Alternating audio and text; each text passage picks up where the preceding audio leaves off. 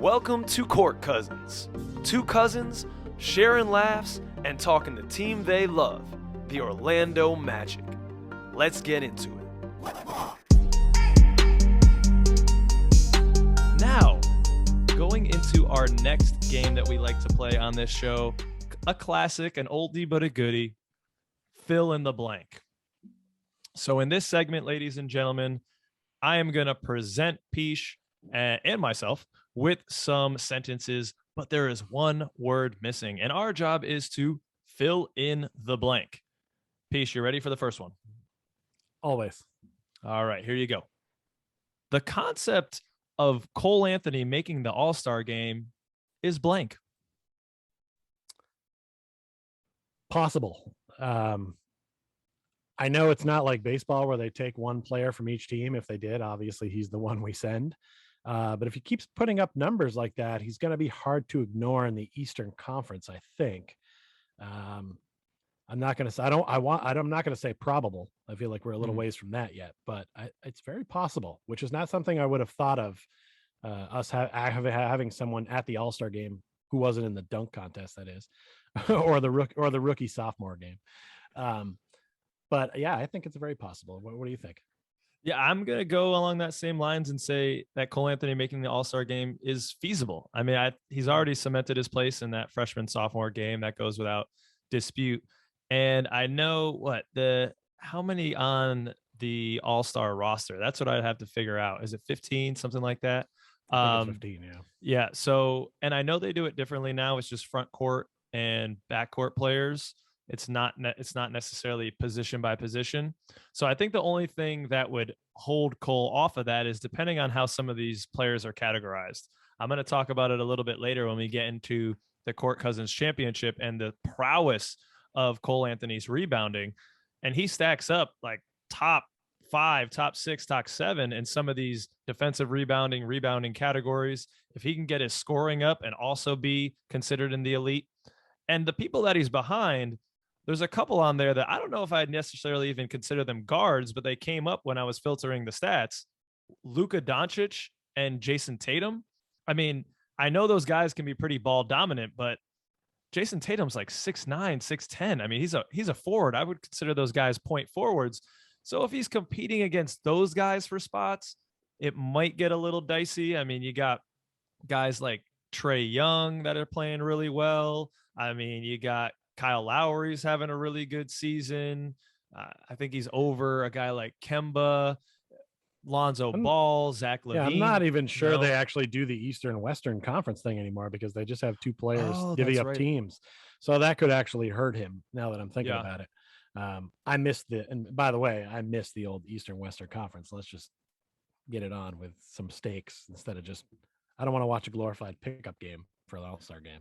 Well, I think they still do Eastern Western Conference, but then they put them all together and they get drafted. So I think it's feasible, but he's still kind of on the outside looking in.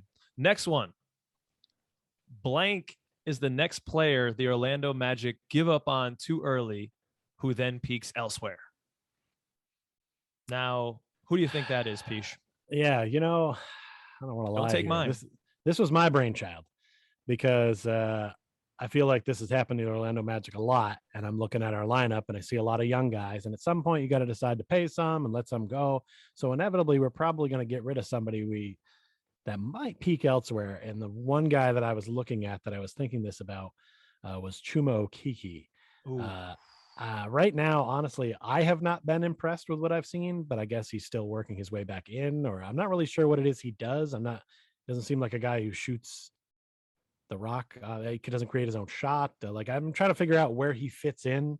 But I could see him fitting in well with another team or getting coached up to do a certain thing and doing it very well. So if I had to guess anybody right now, I'd say he'd be the next one. Oof. I did not see that one coming. I hope that is wrong. I'm going with one that I think maybe fans out there will probably guess. I'm going to say RJ Hampton is the next player the Orlando Magic give up on too early, who peaks elsewhere. I feel as though our guard log jam has been well spoken of. We've got, Fultz coming back.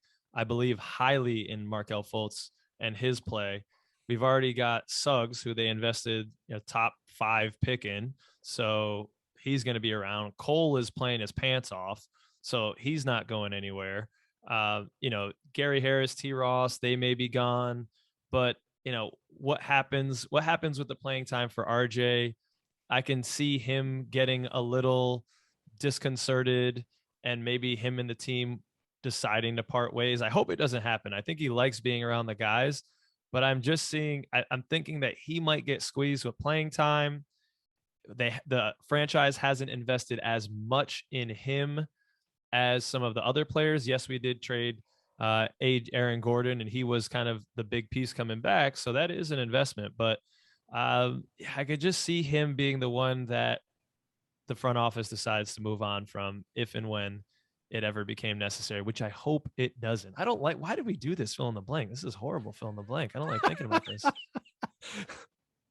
I don't know, man. It can't be all fluff and good vibes. Every once in a while, you got to keep it real. And this forced you to keep it real. You never do it. No, Pete.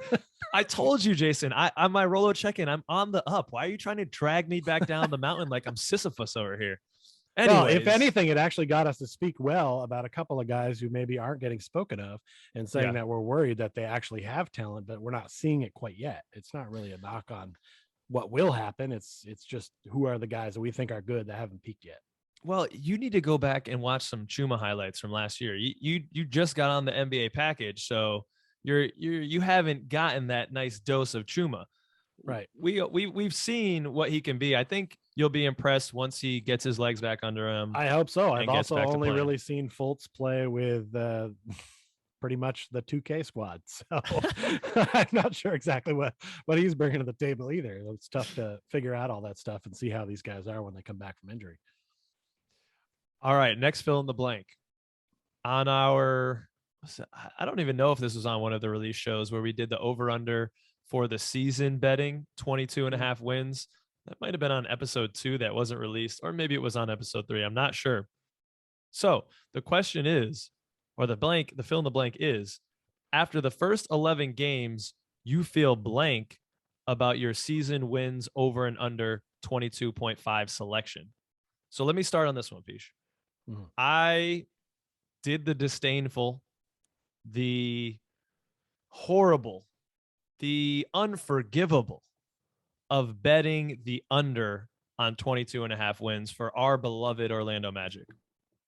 Now, I was just hit by a dose of reality. We've got a lot of young guys. It takes time to learn how to win. And right now, I would say I am feeling trepidatious about my season selection for over under 22.5 wins. A little nervous because even though we're at 11 games, call it 10, we've won 3. If we multiply out that by 8, there's your math right there. So the wins are happening, but Pish, but in our first 10 games, actually, we only had 2 wins. So we were 2-8 before the Jazz game. And if you do that math out, then we're just under. So I'm a little bit nervous, especially with Kel. I'll give you the floor 1 second. With Kel and JI coming back, our bench is going to be much bolstered. I think we're going to win more games. I actually think we're going to go over. So I'm a little trepidatious about my under pick. How you feeling, Pish? You should be trepidatious. I feel steady because I had a whole math thing worked up because of what you just said. But the one math thing you forgot to figure out is that there's actually 82 games in the season and not 80. So it's okay that we have 3 wins with 11 to go because that's roughly 10. So then you times that by 8. And then, there's still that extra game. But 3 times 8 is 24. So that's still feeling pretty good to this guy. Well, you clearly haven't looked at our next 7 games then, sir. Well, no, I have, but I understand that there's going to be those lumps along the way. We're still going to have to lose probably 60 games, but 24 wins. I only need 23 for me to be right, so I'm feeling good. Hey, I hope I'm way wrong because I have that whatever plus 20,000 odds on our 10th place seating. So I hope we hit that. Next one. And maybe we'll have some disagreement here. In our pre-show, I think we might have found some disagreement. Blank is the leader of this team. What say you, Pish? Yeah. It's Cole Anthony. Like, how's it not Cole Anthony? I'm going to go ahead and yield most of my time to you because I don't see how it's not Cole Anthony. Go ahead.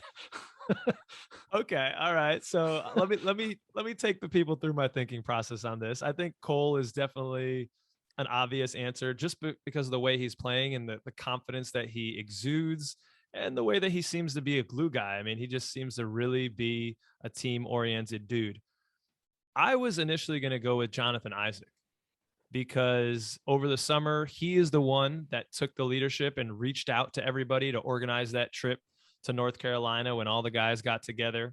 I think I think the young guys would respect a veteran, but, I'm not sure how some of JI's personality nuances, maybe personal decisions and things jive with certain people in the locker room. I think they still respect him, but I think that may take take away from some of his leadership ability. So I'm going to go with Jalen Suggs is the leader of this team. I'm going all the way to the opposite end of the spectrum. And the reason for this is that I really believe in Jalen Suggs' leadership ability.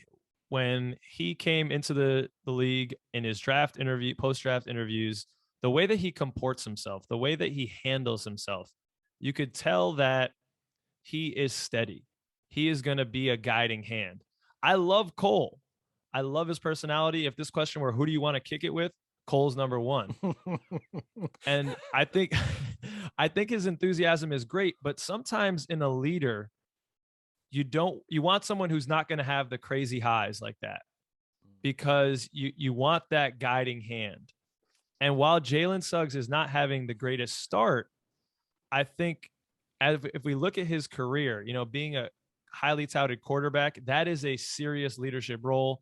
Being the leader at Gonzaga, which went to the national championship, and now coming into the league and already kind of stepping into the role of Orlando Magic cornerstone, even though things haven't really played out that way, he still handles the spotlight very, very well. And I think that people within the organization really respect that. I think in the long term, maybe by the end of the season, he is going to be the leader of the squad. I mean, all right, you made a case for it. And look, I believe that he will be the leader of this team at some point. I don't know if he is right now, but I'm talking about guys on the court too. Because yeah, I think that maybe if Fultz comes back or if Isaac's back playing, maybe they do become a little bit more of a leader. But I'm talking about like right now who I see leading, and I think you're taking it out on Cole because of his sporadic play and how it makes you feel inside. It makes me feel spasmodic. Let's be honest, when this guy's got the ball in his hands, he's doing things. Everything should be going through him in some way, shape, or form. I still feel like it's him right now, but I like what you're bringing to the table with Suggs because I feel like his makeup and who he is as a human being was who I was excited to have on this team because that's the kind of player you want leading your team eventually. And I don't think he's quite there yet, but he will be soon, hopefully. Okay, you got me. I maybe was projecting and not dealing with the here and now. So this next one is the here and now, and I'm going to try to stay in the here and now. As of now, the Chicago Bulls trade is looking blank. Pish? I'm going to go with Sweet in honor of our boy Sweet Franz. Because even if we only got Sweet Franz in this deal, it might be one of those scratchers where you think about it, but also getting WCJ in there, that's two starters for one. And I know that they may not be at an all-star level like Vooch was, but I'll take two starters over an all-star almost all the time. But then when you go ahead and further sweeten the pot with a 2023 pick, I mean, no slight to the Vooch, but the Magic got the victory here. Definitely not going to throw shade at Vooch. He is the man. Love him. One of the greatest Magic players of all time, in my opinion. This trade is looking delectable. I'm right on that sweetness with you, Pish. Fact. It's looking delectable. It's looking savory. It is fantastic right now. I mean, for a rebuilding team, it put us in a great spot. We got out of a larger contract with Vooch and got into a younger guy in WCJ. I've seen some posts online with their stat lines side by side, and they're pretty much even. Now, stat lines are just one thing. It's not the same as the eyeball test, and I haven't watched as much Bulls as I would like this year, but everything I'm hearing from Bulls fans is like this dude Vooch is not who we thought he was. He's not meeting our expectations. And to those Bulls fans, I would say patience. He is probably the last cog in the machine that is the Bulls. And that's really difficult for a guy going from the number one option to now like the fourth option. So I think he's just acclimating himself to the role. I will say in some of the Bulls games I've watched, his defense is getting kind of exposed there and not near the level of a Bamba or what WCJ is and will continue to grow into. So I say on the defensive side, we're definitely getting the better of that. And then, like you said, we've got sweet Franz. We got a guy who could be a cornerstone for the foreseeable future. And who knows what that 2023 pick will be. The Bulls are very good right now. They're probably going to be pretty good in 2023, but you never know with injuries. I mean, we also have, the Nuggets pick too. They're injured. So it's like, you never know. It Even could if work you out. just look at it from a Wendell Carter Jr. versus Yeah. Vooch standpoint, I think we got the victory because Vooch has peaked already and is Yeah. probably on his way down. No offense. But even if he's got 1 or 2 good years, well, WCJ's probably got 5, 6 at least Yeah.